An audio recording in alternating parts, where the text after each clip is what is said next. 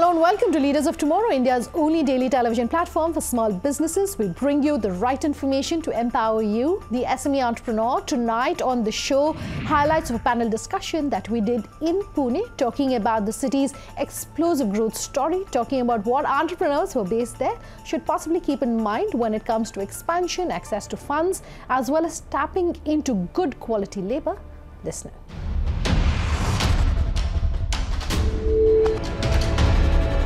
I believe I'm stating the obvious in saying that Pune is the country's educational capital. It's home to nearly 200,000 students, some of who I see in this audience, and nearly half of the international students that study in India study in this city, the city of Pune. So my first question, and I pose this to you, Dr. Raman, is what luck has this Tier 2 city had in retaining Tier 1 talent? Well, interesting question to be answered. Pune as a destination for education, yes, it has been an educational destination for ages now. From just one public university about 45 years back, today you have one public, 4 deemed, and 6 private universities here in Pune. So what's making this happen? One is the kind of industry that's there here. You've got an automotive sector, you got IT sector, you got a lot of small and medium enterprises who are there here, and presently it's also becoming a startup hub. So that being the case, it's a growth story that has happened eventually, right from the time when Bajaj and Tata set up their plant, looking out for talent. Today, you got IT hubs, which are 5 in number today across Pune city, which is also looking out for talent. And the new generation with the appetite to go and create their own startups are being helped by the incubators. So it's a natural process that has happened from 45 years back, where people were looking at only taking up jobs and entering into corporates, to today where they're looking at creating their own startups. You also have a lot of opportunities to go and work. So this has happened over a period of time from the past 40 years to today, and I expect that to continue. Thank you, Doctor. And Shankar, I'd love to bring you in at this point. Now, one of the biggest criticisms of our country's educational system is that while we are churning out graduates, they are simply not employable.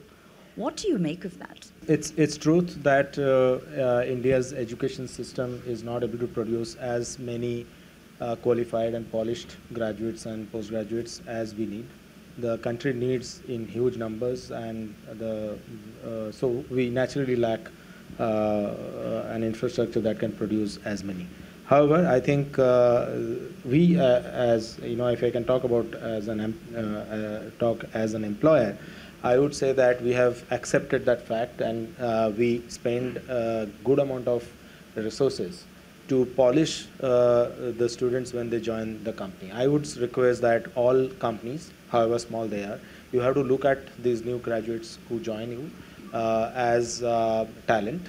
And you have to make that minimum investment. If you expect that the students will come and join your company and next day they will churn out the best possible output, it's not going to happen. So we have accepted this fact that it is not possible to produce students so fresh from the institute that they will be able to deliver the next day joining your company.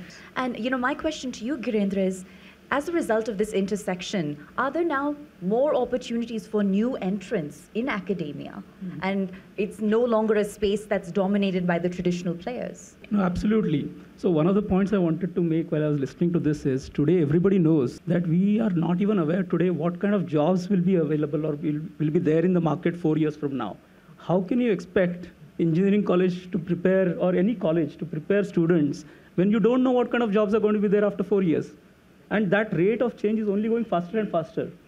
So I do put that onus, a lot of it, on the industry, because they know how things are changing. And I come from the IT industry background. I had a software testing company over the last 18 years that was running it. When we were starting out, of course, there was nobody that knew testing already. So we had to train people, and that's what the IT industry has done. Once it stabilized, yes, then training institutes came and so on and so forth. But the industry has to take that ownership and onus to train people for the industry. And Doctor, I'd like to build on that. So if we're talking about industry-leading professionals and industry-leading startups, for example, Nitin, your startup is a mover and shaker in the artificial intelligence space. Now, if incubators are in fact creating these industry-leading professionals, then what are the criteria to be considered and to be incubated? Do you need a fully baked management team? Should you need a fully baked management team? Should you need just a product that's in prototype phase? Does it need to pass proof of concept? Do you need to be profitable? What does it take to become a part of that bucket, and what should it take? First thing is whether you have a potential to grow in the market.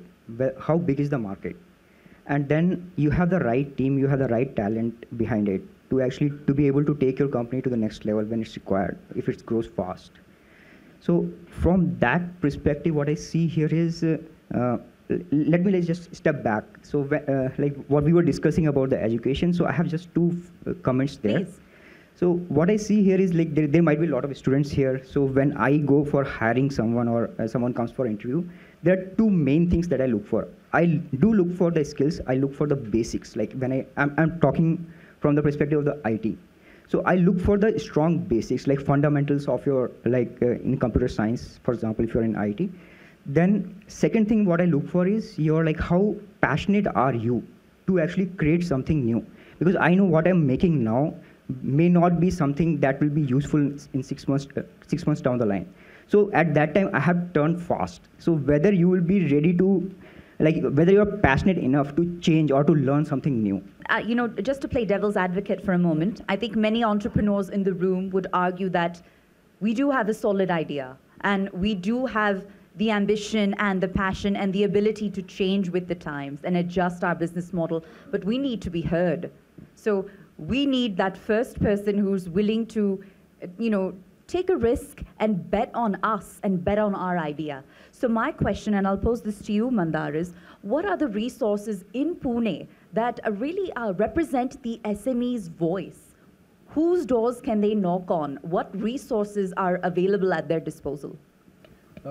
So I'm going back 20 years when I was just graduating, and I was in my final year, and I was crazy about artificial intelligence. So artificial intelligence is something talked about today, but I was crazy about it then. And TCS came forward to our college, which is PICT, and offered to work on a product in AI in those days. So that got the entrepreneurial side of me going. Then I founded a company, and today the company has come over so many years and done whatever it's doing. So I think most importantly, Pune has the colleges, the talent coming from, and I've seen over 2-3 startups that Pune could create top-class fintech companies, and that was possible because we went to the colleges in the 3rd year itself and started giving projects. So I've seen in PICT that in our college they give projects along with the industry right from the 2nd year and 3rd year. So the students are able to try out their products along with a domain expert. So that is very important. What TCS gave me was that the domain expertise and gave me a platform to experiment. Same way when I came out and started Sarvatra, same thing happened where there was somebody giving me, some bank giving me some bank in Pune giving me the first chance to create a product. And then today, even ICICI Bank or Google or Paytm uses my platform. But that confidence came from the environment in Pune. Your question was, if I got an idea, where should I go, right? There are at least 5 incubators in Pune. And it's not that all of them are flooded with applications. For example, there is a Symbiosis Center for entrepreneurship and incubation center that we have, which is sitting on a 15 crore fund, okay? And I do not have applications coming in. What is happening with the current, what is happening currently is people say, I'll create another Flipkart. I'll create another Big Basket. I'll create another Ola, which will not be looked at because there is already a Ola, there is already a Flipkart. If someone is going to tell that I'm going to create something different, for sure, funding is not a problem. Office space is not a problem. Go to market is not a problem. I'll give a classic example. There was one student who told, I'll create something which is a growth enzyme. Out of the bio slurry that is there is a biogas plant. I take out the material from it. I'll create something which is a manure. We have given him space. He's a part of our incubation team. There is another student who told that I'm going to create a sugarcane juice which will have a 5 months shelf life. where sugarcane juice cannot be stored more than half an hour. So these are, for examples, which is out of the blocks. When it's out of the box, funding, no problem. I have Please. a slightly contrarian view on this. And you're right that we started this fund in Pune, Alacrity India, which happens to be Pune's first fund. Even we were surprised to know that there was no fund which was proper SEBI registered VC fund in Pune. We were surprised to know that. And we are in a category 1 fund and all of that. The thinking was exactly that, not to be in Mumbai, Delhi and Bangalore, which are the 3 hotspots, 99%, 95% startups happen there, as if there is no talent anywhere else. It is not the case. But the contrary point that I want to make is there is no lack of savvy, there is no lack of, technology savvy, there is no lack of passion, there is no lack of ideas and so on and so forth. But I'll give you exactly why a lot of startups fail, not just in Pune but elsewhere. And we at our fund are actually trying to solve those one by one. Number one problem, people very enthusiastically and energetically try on something, start on something, and 2 years later find that there are no takers. Very common. What is happening? And then you will, and I've done mentoring at TAI platforms and so on. Typically, this is what the founders will come and say, oh, we're technologically very strong, but we're not strong in marketing. That's not the point. You started on working something which had no market validation to start with. And you found that out 2 years later. So in our fund, we do not start. We have a EIR model. It's called a venture builder model, where we take entrepreneurs on board, and the company is not formed. The startup is not formed unless they have their problem validated by the market. We have our own ecosystem with our Canadian partners and our other investors and so on. The company itself is not formed unless the problem is validated by the market. All right, I'm going to take a very quick break on that note, but much more on that panel discussion coming up on the other side from Pune. Just stay tuned.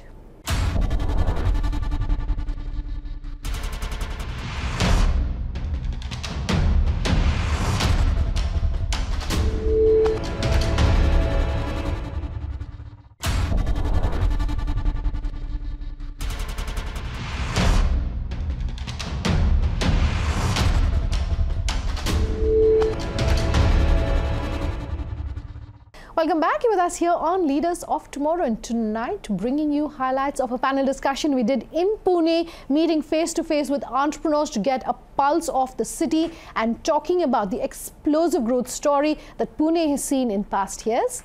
Take a listen.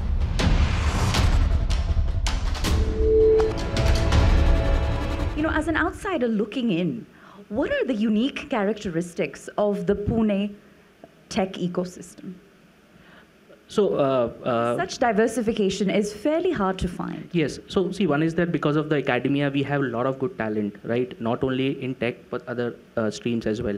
It's just that from the startup angle, what we need to see is that how much you can train them. See, they will not come, okay, you can start with the just hit the ground running, right? But if you are able to see the basic skills as what was mentioned here, right? If you are able to see that attitude and aptitude, these guys are very good, right? The other thing is that the hop, skip, jump mentality is less here as compared to the big, right? Because so there you'll, and then from the salary and remuneration perspective, this is much more stable, right? You get, right? And because it's less from the traffic perspective and all of that, right? It's less, right? So then people are able to spend a lot of time, and that's what I've seen running startups here, right? There's very less churn. Very less right hop skip jump mentality, and then people are really good. And you've seen now companies like HelpShift coming in, pure play tech companies have really, then you have Walnut Exit which is there, right? So we have, of course, if you say, okay, from the comparison angle to a Bangalore, Delhi or a Bombay, yes, I mean from the quantum of it, it's not there, but still we are really going towards the right direction. Now there's so much talk about the electrification of Pune, connectivity across Pune, conversations around bullet train. And Siddharth, my next question is really for you, and that is, what sort of opportunities does this rapidly maturing infrastructure create for small and medium enterprises in this community? See, traditionally, if you see most cities across the country, the infrastructure has come later and the development has happened first. This is also true to certain parts of Pune. But Pune has been lucky, like having Pimpri-Chinchwad, where the infrastructure facility is really good compared to other parts of the city. So this is one thing that all giants, everyone wants, is ready connectivity, ready infrastructure. They want to get in and start working the next day. They don't want to be spending too much time commuting. And if you see the culture of Pune, it is one where not many people travel across the city to go and work. Like in Mumbai, it's a standard thing for someone staying in Chembur to go and have dinner in Bandra and get back.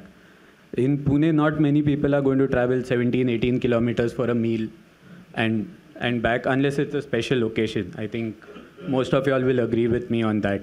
So we're used to being in our comfort zone over here. We're used to being, and each of these locations, luckily, are very, self-sufficient. So we don't have a CBD like most cities.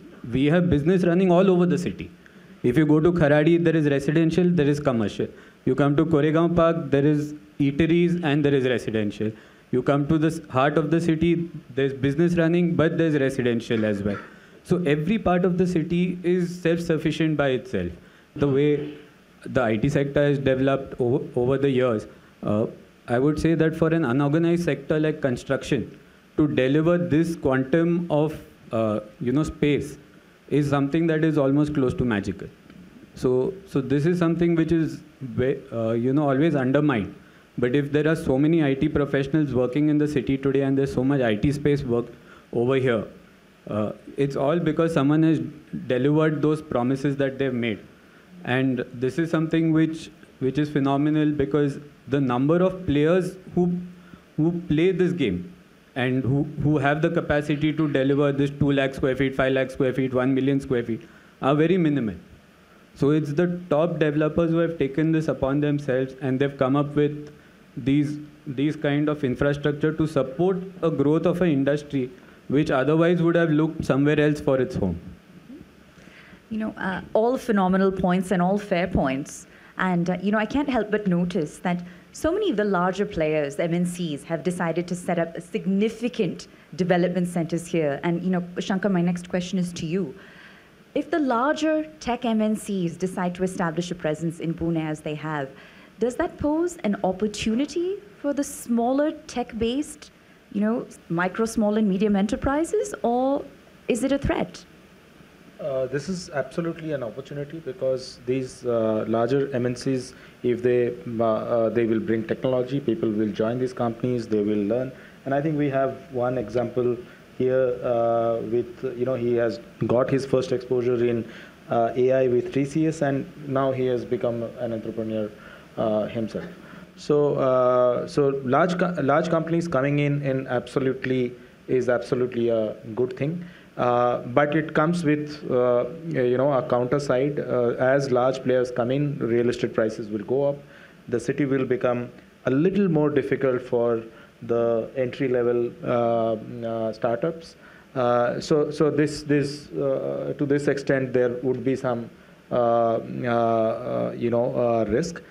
You would have noticed that in real estate, the inventory has gone down by 32% in last 1 year, which is a reflection of these larger players coming to Pune. So we are already seeing that happening. But if you look at the overall economy of the city, this is extremely healthy. Pune has been growing at 8% plus in the last couple of years. The credit growth is between 10 to 15% for last 4 years. This is really a city which stands out compared to other similar cities. Our fund focuses on B2B as opposed to B2C. And for B2B, having large players is actually an advantage, because they are potential customers for all the startups. And that value is enormous, that you have in the same city, customers that you can approach and sell your products as a startup. So I can't imagine that an ecosystem can have just startups or just large enterprises. It has to have all, and Pune has that advantage. Right. One thing I would like to point out that what is missing in terms of education, or what is missing here is definitely the training to the youngsters about fundraising. That's one part which is missing. So that is something, when I had gone for an inter-college competition of projects, I found most of the students with brilliant products, brilliant ideas, and they had somebody who will market it. They're also knowing that you have to have the marketing staff, but they had not that much knowledge about the whole fundraising process. what is the angel fund, what is the next phase, what is a PE. They just see something somewhere and feel, oh, I should get $10 million valuation. But they don't know what it takes to get that valuation. Actually, our take on this is slightly different. It all depends whose life is online. Okay. Now, I'll give you a simple example. I'm driving on the road. I'm driving at the correct speed. And there is a truck coming on the wrong way towards me. Okay. Can I be a person saying, he is wrong, I will drive on this lane only? I'm in my car. Huh? I will drive on this lane only. It is his problem. No. I will move out of the way and let him go. So why? Because my life is online. It was no longer a question of who is right and who is wrong. Oh, yeah. Similarly, today, the real estate industry, it faced, for so many years, we faced labor problem. We overcame it by mechanization. Now everyone says that, engineers is the next shortage. Okay, if it is that, you have to accept it. Then what do you do? So that is where we go into colleges, we train students, we get them industry ready, because we need them. Whether the college wants to give us or no is secondary. I want it. This is my business on the line, yeah. This is my life. I need these people. There is a lot of change that has to happen at the higher education system, where the entire focus of being placement oriented, job oriented, CTC, 100% placements, this also has to slowly change. There is a lot of students who are actually looking at creating startups. All that they need is proper mentoring, proper guidance, and help them identify the right problems. There are a plethora of problems there to be solved. If they are identifying them, solving them, then it's a no-brainer, because you got incubation centers which are ready to fund. If you go on Google, you'll find the number of opportunities that are there as far as funding opportunities. The government is sitting on huge amount of cash to fund such. But then it's about going and showing them the direction. So that's what an educational institution should do, and not many are focusing towards it. I hope there will be a change that will happen, but it cannot happen overnight, and it's for sure going to happen in a few years from now. Thank you, Doctor. And with that, I'd like to thank all of our panelists for sharing, so much wisdom from their personal and professional journeys.